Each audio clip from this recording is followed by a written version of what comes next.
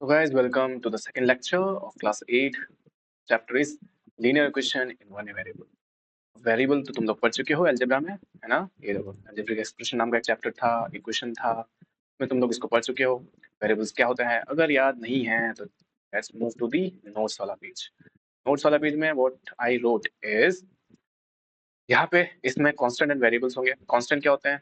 थोड़ा सा रिकॉल कर लो, नंबर्स होते हैं 1 2 3 4 5 6, जिसको काउंट कर सकते हैं, माइनस, इंटीजर, पॉजिटिव इंटीजर, सब कुछ। वेरिएबल्स अल्फाबेट हो सकते हैं, सिर्फ अल्फाबेट या फिर अल्फाबेट के साथ नंबर्स लगे होंगे, जैसे 3a 4x, कुछ भी, ठीक है। Keep the constant together and variables together, ये काम आएगा जब हम उसको सॉल्व करेंगे क्वेश्चंस को। लीनियर इक्वेशन क्या होता है? तो लीनियर इक्वेशन एक इक्वेशन होगा जिसमें हाईएस्ट डिग्री होगा 1। हाईएस्ट डिग्री का मतलब हाईएस्ट पावर। लेट्स सपोज ऐसा कुछ लिखा हुआ है, so this is not a linear equation, ठीक है, this is a quadratic equation. तो लीनियर इक्वेशन में क्या होगा? हाईएस्ट x का पावर 1 होगा, इसके साथ में कुछ कांस्टेंट लगा देते हैं, इधर कुछ ले लेते हैं, इसके साथ भी कुछ एक ले लेते हैं, ये तो ये एक लीनियर इक्वेशन बन गया है, ठीक है। So this the linear equation. Highest degree का मतलब उसका पावर, वेरिएबल का power.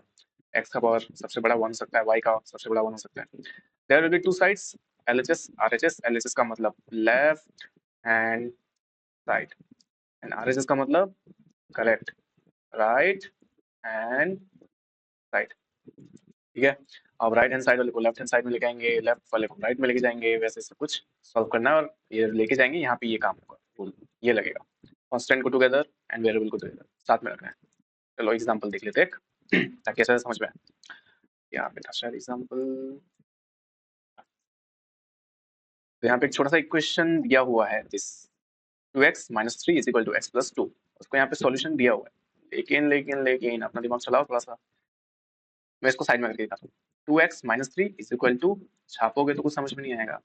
Now this is the variable, this is the variable, this is constant, this is constant, ठीक है। तो कांस्टेंट वाले को रहने देते हैं, वेरिएबल को बस मार्क कर लेते हैं। यहाँ पे 2x है, तो मैं इस राइट साइड वाले को लेफ्ट साइड में लेके आ सकता हूँ। लेके आने के केस में क्या होगा? ये पॉजिटिव है, देखो उसका कोई साइन है क्या? यहाँ पे कोई नहीं है, तो पॉजिटिव है। यहाँ पे आएगा तो नेगेटिव हो जाएगा, इस तरफ हमारा 2 रहेगा, और ये माइनस का 3 इस तरफ आएगा तो ये पॉजिटिव हो जाएगा, ठीक है। तो किसी भी नंबर को, वेरिएबल को अगर दूसरे साइड में लेके जाओगे, ऑपोजिट साइड में लेके जाओगे, तो साइन चेंज हो जाएगा। Now 2x - x is x, 2 + 3 is 5। ये रहा इसका आंसर, देखा, यही है। उसके बाद ये वाला एक सॉल्व करते हैं। यहाँ पे मैं जूम कर लेता हूँ थोड़ा सा, ताकि जगह हो सॉल्व करने के लिए।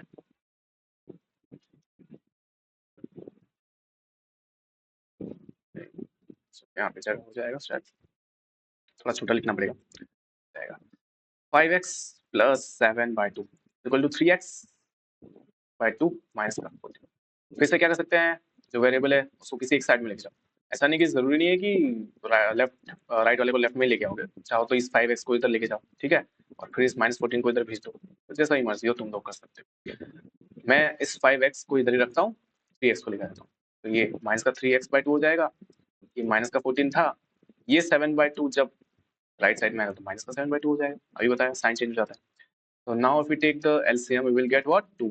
एलसीएम लेने के बाद पता ही है ना कैसे सॉल्व करते हैं, तो वैसा ही है। तो 2 लेने के बाद एलसीएम, इस 2 को इस 5 के साथ मल्टीप्लाई करेंगे तो 10x, माइनस का 3x रहेगा, बाय में 2 रहेगा, तो इसको पूरे को सॉल्व कर लेंगे तो वी विल गेट 7x/2, ठीक है। उसी तरह इधर भी सॉल्व करेंगे तो एलसीएम 2 आएगा। 2 और इस 14 को मल्टीप्लाई करेंगे तो -28, -28 और -7 करेंगे तो -35 शायद, 28 7, 38। अब क्या करेंगे? अब करेंगे हम लोग क्या कि ये इसको थोड़ा छोटा कर देता हूँ, जगह बन जाए, लिख ही जाएगा छोटा करके। नाउ वी हैव 7x/2 और इस तरफ राइट साइड में -35/2। We have to find the value of x, right. तो x को यहीं पर रखेंगे, माइनस का 3/2, और ये 7/2 जब राइट साइड में आएगा तो 2/7 हो जाएगा। ये हमने लेक्चर 1 में देखा है, रैशनल नंबर के चैप्टर में। नहीं देखा अच्छे से वीडियो, वापस से जाके चेक करो। अब ये 2 कैंसिल हो जाएगा, ये 7 और ये 35 कैंसिल होकर कितना आ जाएगा? -5। सो x का आंसर विल बी -5, ठीक है। So this is the value of x। Let's check, अगर कोई और तरीका दिया हो बुक में, देख लेते हैं। हाँ ये देखो, हमारा ये आंसर आया था ना, ये आया था, इसको हमने फिर कैंसिल किया था 7 को और 5 को, मतलब 35 को, तो आंसर ये आया। So the final answer is this. और अगर ऐसा आया, सो क्या करना है, इसको सिंप्लीफाई करना ही करना, ऐसा मत छोड़ देना। और लिखा है मतलब ये नहीं कि ऐसा करके आ गए, नहीं मार्क्स कट सकता है। तो अगर ऐसा हो तो इसको सिंप्लीफाई करना, सिंप्लीफाई करने का मतलब पता है ना, कैंसिल होगा या नहीं, ऐसे डिवाइड होकर चेक करते थे। तो अगर कैंसिल होगा तो उसको करके आना, जो कैंसिल होकर आंसर आएगा that will be more preferred rather than this. अब कोई दूसरा क्वेश्चन देखते हैं। बुक में कोई अलग मेथड भी हो सकता है, ठीक है, कोई जरूरी नहीं कि आप बुक वाला मेथड से करो या फिर मेरे वाले मेथड से करो, जो भी दिमाग में आए एग्जाम के टाइम पे उस मेथड से करना, that will be the best method you will ever have. यहाँ पे अब ये क्वेश्चन को देख लेते हैं एक बार, क्योंकि इसमें थोड़ा सा लंबा दिख रहा है, बच्चे डर जाएंगे देख के। और यहाँ पे कुछ प्रॉपर्टीज भी यूज हो रहा है चैप्टर 1 से जो हमने लिया था। इसको चैप्टर 1 रिवाइज करते रहना, तो सब क्लियर हो जाएगा। मैथ्स में chapters are interlinked together right. जैसे एग्जांपल दिखाना तो यहाँ पे ये वाला जो मैंने बार बनाया है, इसके यहाँ पे देखो, इस पे फोकस करो, -2 ब्रैकेट में 2x -7, यहाँ पे डिस्ट्रीब्यूटिव प्रॉपर्टी लग रहा है, फर्स्ट चैप्टर में पढ़ा था। तो वी विल हैव 5x, और ये डिस्ट्रीब्यूटिव की डिस्ट्रीब्यूटिव की वजह से क्या हो जाएगा, माइनस का 4x, और ये माइनस का 2 जब -7 के साथ मल्टीप्लाई करेगा, 2 7 14, and minus minus sign change होकर प्लस बन जाएगा। ओके, तो प्लस का 14 इज इक्वल टू, यहाँ पे फिर से इसमें डिस्ट्रीब्यूटिव प्रॉपर्टी, मैं जहाँ पे डिस्ट्रीब्यूटिव लग रहा है मैं बार बना देता हूँ, 2 3 6x, माइनस का फिर 2 1 2, और ये प्लस का 7/2। Now what you can do is, या तो नेक्स्ट स्टेप में सभी वेरिएबल्स ये जो दिख रहे हैं इनको साथ में रख लो, या फिर क्या करो, पहले इन दोनों को सॉल्व कर लो। 5x - 4x will be x, ये प्लस 14 रहेगा, यहाँ पे 6x, और ये जो पूरा दिख रहा है ये, इसको सॉल्व कर लो, because this is the constant term right, this is constant, this is also constant. तो सॉल्व करेंगे तो माइनस का 4 एंड प्लस का 7 प्लस का 3/2 राइट, ऐसा लेके सॉल्व करेंगे तो फिर उसके बाद क्या हो जाएगा, अब ये कांस्टेंट है ये भी कांस्टेंट है, तो अब दोनों को साथ में रखो, और ये जो वेरिएबल है उसको साथ में रखो। अब मैं इसके पहले क्वेश्चन में क्या कर रहा था, इधर से इधर लेके जा रहा था, अब मैं क्या करूंगा, इस x को इधर लेके जाऊंगा, ठीक है, y दिखाया था मैं अभी। ये 14 यहीं पे रहेगा, ये प्लस का 3 इधर आएगा तो माइनस का 3/2 बन जाएगा, ये x 6x ऐसा रहेगा, ये x आएगा तो माइनस का x बन जाएगा। इधर सॉल्व करेंगे तो 5x बचेगा, इधर एल्सियम लेके सॉल्व करना पड़ेगा, 14 से 28 28 तो ये 25/2। मल्टीप्लिकेशन फटाफट करना पड़ेगा, मल्टीप्लिकेशन डिवीजन एकदम पानी जैसा होना चाहिए, पानी जैसा गल गल करके निकलना चाहिए। आप क्या करेंगे, 5 का सॉरी x का वैल्यू चाहिए, वी हैव 25/2, x और 5 मल्टीप्लाई में, मल्टीप्लिकेशन में, तो 5 इस तरफ आएगा तो डिवाइड करेगा, कुछ ऐसा दिखेगा। अब फिर से पुराने क्लास का कंसेप्ट, क्या हमने फ्रैक्शन में ये डिवीजन पढ़ा है, हाँ पढ़ा है, जिसने नहीं पढ़ा है खाली बंक मारता है क्लास में ना, बंक मारा है। तो ये 25/2 एज इट इज रहेगा, ये डिवीजन मल्टीप्लिकेशन में चेंज होकर रेसिप्रोकल होगा, it will be like this, and 5 से कैंसिल हो जाएगा तो ये हो जाएगा। Now the final answer will be what, ये रिमेनिंग 5 जो ऊपर था नीचे 2, 5/2 the value of 5/2 will be the value of x। Now the question arises कि मैंने यहाँ से ये यहाँ ये 6x को इधर क्यों लेके गया, अगर मैं लेके जाता तो ये कुछ ऐसा दिखता, change the colour, dark colour है कुछ, अगर मैं इसको लेके जाता तो ये x माइनस का 6x हो जाता, फिर मैं इसको सॉल्व करता तो माइनस का x 5x आता, अब ये माइनस को फिर मेरे को लेके जाना पड़ता, फिर मैं माइनस माइनस कैंसिल करता, दैट्स व्हाई मैंने क्या किया, वो स्टेप ना करना पड़े इसलिए मैंने डायरेक्टली x को ही उस तरफ भेज दिया, x छोटा था 6x बड़ा था, तो बड़े वाले को ना करके छोटे वाले को लेके गया। सो this is the equation and उसका सॉल्यूशन। देखते हैं इसमें आंसर क्या है, ट्रांसपोजिंग 3/2 पता नहीं क्या क्या लिखा है, अब ये उधर लेके गया वो सब करके गया, ट्रांसपोर्टिंग ट्रांसपोजिंग मतलब वही शिफ्ट कर रहा है उसको, एंड यहाँ पे लास्ट में आंसर उसका देखो, x का वैल्यू 5/2, ठीक है, समझ में आया ना। ये कौन सा है, दूसरा क्वेश्चन है क्या कोई ये, अब अगर कोई हार्ड क्वेश्चन मिलेगा तो वी विल डू, तो नहीं करने का जरूरत होगा। ये वही है, फिर से पहले जिसको चेक किया उसने, लेट्स सी यहाँ पे कुछ अगर इंपॉर्टेंट मिल जाए तो। सो दिस इज द एक्सरसाइज 2.2, इसमें से अगर कोई टफ लग रहा है तो बताओ मुझे, तो जो बड़ा दिख रहा है कोई टफ लगता है ना, जो बड़ा होता है वही सबसे ज्यादा टफ होता है। एक तो मुझे ये लग रहा है कि टफ होगा शायद, एक तो मुझे ये बहुत बड़ा दिख रहा है, ये बहुत बड़ा दिख रहा है, तो ये तुम लोग का आई थिंक डाउट हो सकता है, एक मुझे ये दिख रहा है, एक ये दिख रहा है जो बड़ा है, हाँ ये मुझे लग रहा है डाउटफुल हो सकता है, एक ये मैं बताया था ये वाला, इसको मैं यहाँ पे कर देता हूँ, x-5/3 is equal to x-3/5, ठीक है। Now there is nothing you can do, मेरा मतलब ये कि सॉल्व नहीं हो गया, इसका मतलब वो सॉल्व होगा, लेकिन the only thing that you can do is cross multiplication, cross multiplication fraction में पढ़ा था, 5 को इस तरफ लेके जाएंगे, इसके साथ मल्टीप्लाई करेंगे, ये कुछ ऐसा हो जाएगा, देन 3 को ले जाके मल्टीप्लाई करेंगे, कुछ ऐसा होगा। अब ये डिस्ट्रीब्यूटिव लग रहा है, कुछ ऐसा हो जाएगा, राइट। अब फिर से ये 5x बड़ा है तो इसको ऐसे ही रखूंगा मैं एंड 3x को लेके जाऊंगा दूसरी तरफ, तो ये कुछ ऐसा हो जाएगा इक्वल टू, ये माइनस का 9 था और ये 25 उस तरफ जाके प्लस का 25 हो जाएगा। ठीक है, नाउ इसको सॉल्व करेंगे तो 2x हो जाएगा एंड इसको सॉल्व करेंगे तो कितना हो जाएगा 16 एंड x का वैल्यू निकालने के लिए 2 को भेजेंगे तो ये डिवाइड कर लेगा आगे एंड 2 और 16 को काटेंगे तो आंसर विल बी, तो x का वैल्यू 8 आ जाएगा इस क्वेश्चन में, इस क्वेश्चन में। ठीक है, नाउ दूसरा क्वेश्चन कर रहा हूं मैं, ट्रैवल करवाता हूं। So we have done this question and कौन सा बता रहा था मैं, ये वाला मार्क कर लेते हैं पहले, जो करेंगे ये ठीक है। अब इसको चेंज कर लेता हूँ। Now let's do this question. 3t minus 2 by 4 is equal to नहीं है माइनस का 2t plus 3 by 3 is equal to 2 by 3 minus का t। यहाँ पे क्या करना पड़ेगा, तो यहीं पे सॉल्व कर लेते हैं सबसे पहले। 4 और 3 का एलसीएम लेंगे तो 12 होगा। ये पूरा जो टर्म है ये वाला, ये 3 के साथ मल्टीप्लाई करेगा तो डायरेक्टली कर लेता हूँ मैं, 90 माइनस 3 टू द 6। फिर ये माइनस है, अब ये माइनस क्या करेगा, यहाँ पे ये कुछ ऐसा है। ठीक है, तो यहाँ पे 4 जाएगा, 4 टू ज़र माइनस का 80 हो जाएगा। फिर ये 4 जो है माइनस का होगा, 4 थ्री ज़र 12 माइनस का 12 होगा। इस इक्वल टू इस तरफ भी अगर एलसीएम लेंगे तो 3 हो जाएगा एलसीएम, 2 माइनस 3t हो जाएगा। ठीक है, अब इधर अगर वेरिएबल्स को सॉल्व करेंगे तो विल गेट t माइनस का 18 by 12 is equal to 2 minus का 3t बाय 3।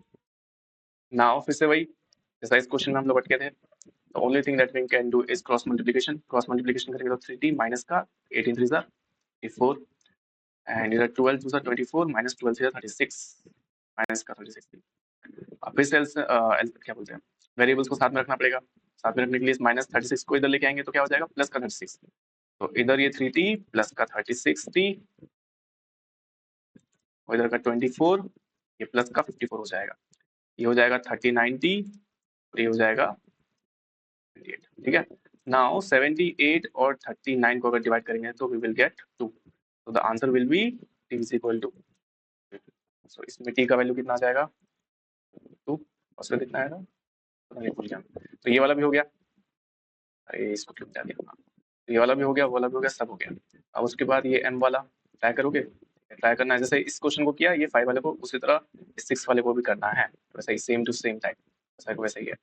एलसीएम लो सबसे पहले, फिर उसके बाद इधर उधर भेजो, क्रॉस मल्टीप्लाई करो, वही सब है। Now let's move to this question, इसको डायरेक्टली सॉल्व कर रहे हैं। यहाँ पे मुझे दिखा ब्रैकेट है तो डिस्ट्रीब्यूटिव लगेगा तो 15y माइनस का 60, फिर ये माइनस का 2y यहाँ पे डिस्ट्रीब्यूटिव लग रहा है, माइनस माइनस माइनस का 2 माइनस का 9 मल्टीप्लाई हुआ तो 2 टाइम्स का 18 माइनस माइनस प्लस, फिर यहाँ पे ये इसमें भी डिस्ट्रीब्यूटिव लग रहा है तो यहाँ पे प्लस का 5y प्लस का 30 इज इक्वल टू 0 दिया हुआ है। ठीक है, इधर लिख लेता हूँ साइड में, इक्वल टू 0। नाउ यहाँ पे एक वेरिएबल ये और ये तीनों के साथ में y y y लगा हुआ है, यानी कि तीनों सेम फैमिली के हैं, तीनों को हम लोग सॉल्व कर सकते हैं। 15 में से 2 गया तो 3, सॉरी 13 में जोड़ देंगे तो कितना हो जाएगा 18y माइनस का 60 प्लस का 18 और प्लस का 30। तो मैं क्या करूंगा, ये माइनस का 60 और प्लस का 30 पहले इनको सॉल्व कर लूंगा। ठीक है, एक नेगेटिव है दूसरा पॉजिटिव है तो क्या होगा सब्ट्रैक्शन होगा दोनों का, सब्ट्रैक्शन होगा कितना बचेगा 60 में से 30 जाएगा तो 30 बचेगा, सो माइनस का 30 बचा, माइनस का 30 और 18 को आप क्या करेंगे माइनस का 30, हाँ और ये फिर से नेगेटिव एक पॉजिटिव, फिर से इसको सब्ट्रैक्ट करेंगे तो कितना बचेगा 12, कौन सा माइनस का, बिकॉज 30 बड़ा है दिखने में, इज इक्वल टू 0 बचा।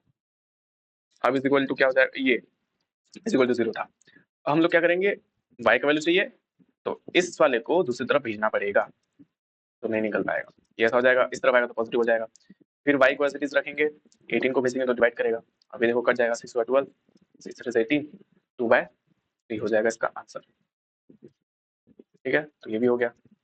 उसके बाद दूसरा कौन सा करें, लास्ट वाला वाला कर ले क्या, ये z वाला भी सेम टू सेम वैसे ही है देखो, बस इसमें क्या था इक्वल टू इधर 0 था और इसमें क्या दिया एक टर्म दिया हुआ है पूरा, तो इधर वही डिस्ट्रीब्यूटिव लगा के सॉल्व करना, फिर इस तरफ भी डिस्ट्रीब्यूटिव लगेगा इस तरफ भी डिस्ट्रीब्यूटिव लगेगा, तो z वाला टर्म्स होगा कुछ वो लोग एक साथ सॉल्व हो जाएगा, फिर इधर से एक z वाला जाएगा इस तरफ सॉल्व करने के लिए, बहुत ईजी है। एक ट्राई करना खुद से, तो एक तुम लोग को ये वाला ट्राई करना है 9 वाला, 10 वाला मैं दिखाता हूँ, 10 वाला क्योंकि डेसिमल है दैट्स व्हाई दिखा रहा हूँ, नहीं तो तुम लोग भी ट्राई कर सकते हो। 0.25 अरे सॉल्व भी कर लेता हूँ डायरेक्टली, 0.25 और 4f का मल्टीप्लाई करेंगे तो कितना होगा 0.25 25 यानी कि ये एक नंबर याद रखना 25 और 4, इसको जब भी मल्टीप्लाई करते हैं तो 100 आता है। ये एकदम रिलेशन याद करके रख लो, 25 इंटू 4 100। तो यहाँ पे 25 दिखा पर ये पॉइंट में 0.25 इंटू 4 करेंगे तो ये 100 होगा, यानी कि 1f। फिर माइनस का ये 0.25 3 के साथ मल्टीप्लाई करेगा तो 0.75 इज इक्वल टू 0.05 मल्टीप्लाइड 10 कितना हो जाएगा 100, एक कैंसिल हो गया 0.5 f। फिर माइनस का 0.45, ठीक है। अब क्या करेंगे, फिर से ये 0.5 को इस तरह भेजो तो ये 1 है। ये 0.5f का मतलब क्या होता है, हाफ। तो 1 में से हाफ गया तो हाफ बचेगा, हाफ को यानी कि 0.5f, या फिर फ्रैक्शन में भी लिख सकते हो। उसके बाद ये माइनस का 0.45 और ये जो माइनस 0.75 है इस तरफ आके 0. पॉजिटिव हो जाएगा। इसको अब ऐड करेंगे तो ये पॉजिटिव का 0.30 आंसर आएगा। यहाँ पे 0.5f था। अब ये f का वैल्यू चाहिए, तो f का वैल्यू के लिए हम लोग क्या करेंगे 0.30 को एज इट इज रखेंगे, 0.5 को उस तरफ भेजेंगे तो डिवाइड हो जाएगा ये, ठीक है। अब इसको डिवाइड कर लो, कितना हो जाएगा 0.6, शायद डेसिमल हटाओ 0 लग जाएगा, कैंसिल कैंसिल, तो 0.6 आंसर हो जाएगा। Final answer will B 0.6 f का वैल्यू, ठीक है। ये भी हो गया, अरे ये भी हो गया। यहाँ पे 2 क्वेश्चन बचे 9 एंड 6, ये दोनों होमवर्क है, हटाए तो ताकि क्लियरली दिखे कौन सा होमवर्क है। अरे ये तो होमवर्क किया है, तो ये दोनों होमवर्क है एंड ज़्यादा कुछ तो अब इसमें है नहीं, जो पढ़ाया वो तो हो ही जाएगा। लास्ट का ये वाला पेज बताया था, इसका यूज़ किया था हमने अभी, इसका कांस्टेंट और वेरिएबल को साथ में रखना है, वो वाला यूज़ कर लिया। और इम्पोर्टेंट कुछ है क्या, इम्पोर्टेंट और कुछ तो नहीं है। पुराने क्लास जैसे ये क्वेश्चन जैसे सॉल्व किया वैसे ही सॉल्व करना है पूरा सब कुछ, वैसा ही है सब कुछ, सेम रूल सेम।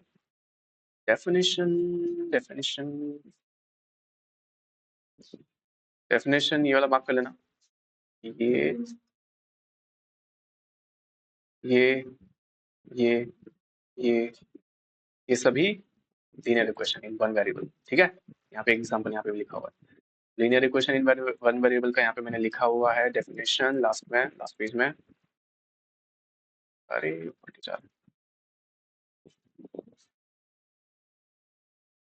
थोड़ा सा जूम आउट कर देता हूँ ताकि दिख जाए।